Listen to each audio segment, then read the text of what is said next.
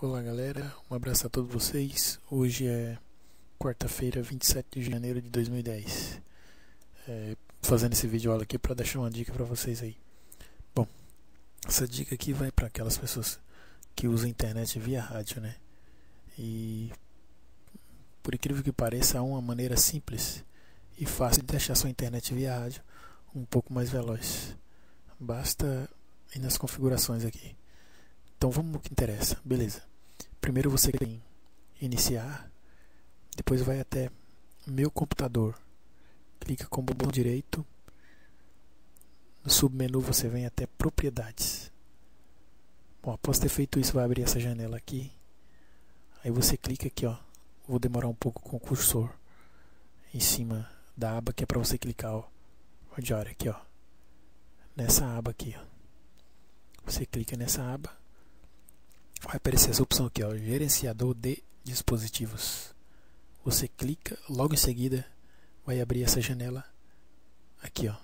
Após ter aberto essa próxima janela, você vem nessa opção aqui, ó, portas COMELPT. Você clica no sinal de mais ao lado esquerdo aqui, ó. Bom, após ter feito isso vai aparecer outra opção, portas de comunicação COM1. Você dá 2 cliques aqui. Beleza, chegamos aonde a gente queria. Agora você, aqui em propriedade de portas de comunicação COM1, você clica nessa aba aqui, ó, configurações de porta. Clica nessa aba. Você vai na opção bits por segundo. Bom, a minha está em 128.000, porque já está no último, né?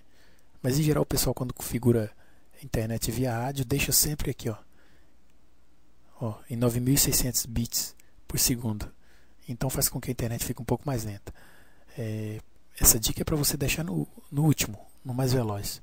128.000 bits por segundo é o que eu deixo e melhora muito a velocidade aí. Tá bom, galera, essa é a dica aí. Um abraço a todos vocês que assistiram o vídeo aula. Quem gostar do vídeo aula, comenta aí.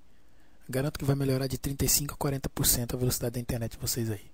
Tá bom, galera? Se vocês querem me adicionar meu MSN, é esse aqui. Vou deixar com vocês esse meu MSN.